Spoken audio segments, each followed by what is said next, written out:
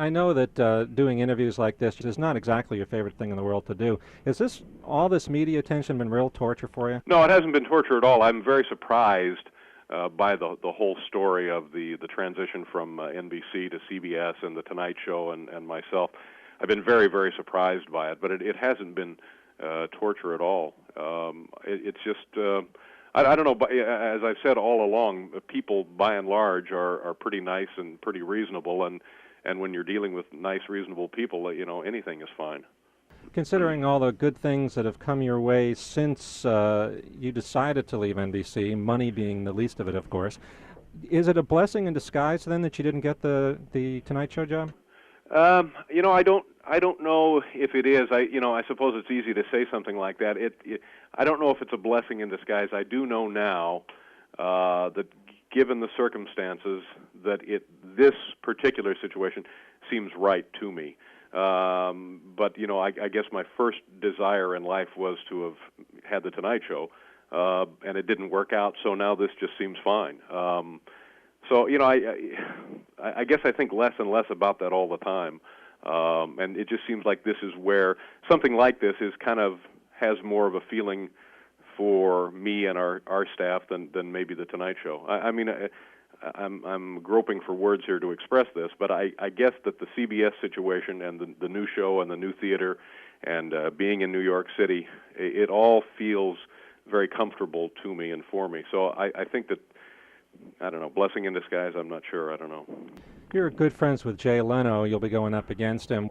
How would you feel if your show does really well and Jay's does not, and he ends up not being the Tonight Show host anymore? How would that make you feel? Well, I think there's very little chance of that scenario playing out to fruition. I read the other day that Jay Leno said that he missed being on your show the way it used to be when you were on NBC, and he'd come on, you do What's Your Beef and all that. And yeah. Do you feel that you've lost a friend here because of the two positions? Well, I don't think I've lost a friend. Jay and I were always, acquaintances and friendly, but we didn't go on picnics together, and there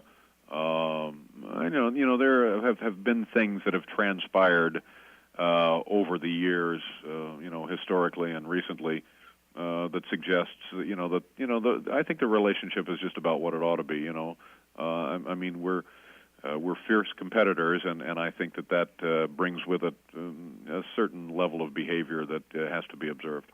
The late shift, I know you don't like the way this guy looks, the way with the red hair and all that, but does he get anything right on the Dave persona? I had trouble getting beyond the red hair. I just thought that, to me, this suggests maybe deeper problems with the production, because I don't have red hair, I've never had red hair, and there is plenty of videotape evidence to support my actual true hair color. So who looks at these tapes and decides, let's make him a redhead? And I think that suggests that there may be other problems with this production.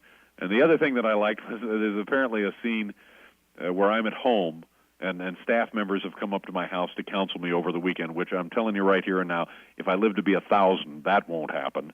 And they got me in the backyard in my tennis sweater throwing softballs at an archery target. And it's just like, well, what does that I'm just a complete simpleton? I've invented this little game for myself. Oh, boy, I hit 100. Look, give me another ball. Whap! Look at there, I got a bullseye. I just thought, well, does this make the rest of the effort suspect? Of course, God bless the guy that he's got a job, and I'm sure he's a fine actor. But this is nothing that's ever piqued my curiosity at any level. I just thought it seems misguided. What are they talking about? Why do it? And then if you're going to do it, it better be the best TV movie of the year if you're going to do that. And they contacted us during the production, and then I heard that Jay Leno was calling the guy who was playing him and even offered to let him use his clothing. And I just thought, well, what are we doing here? How silly is this effort? It's not a story about Brezhnev and Gorbachev. It's like what exactly? Where is the import of this?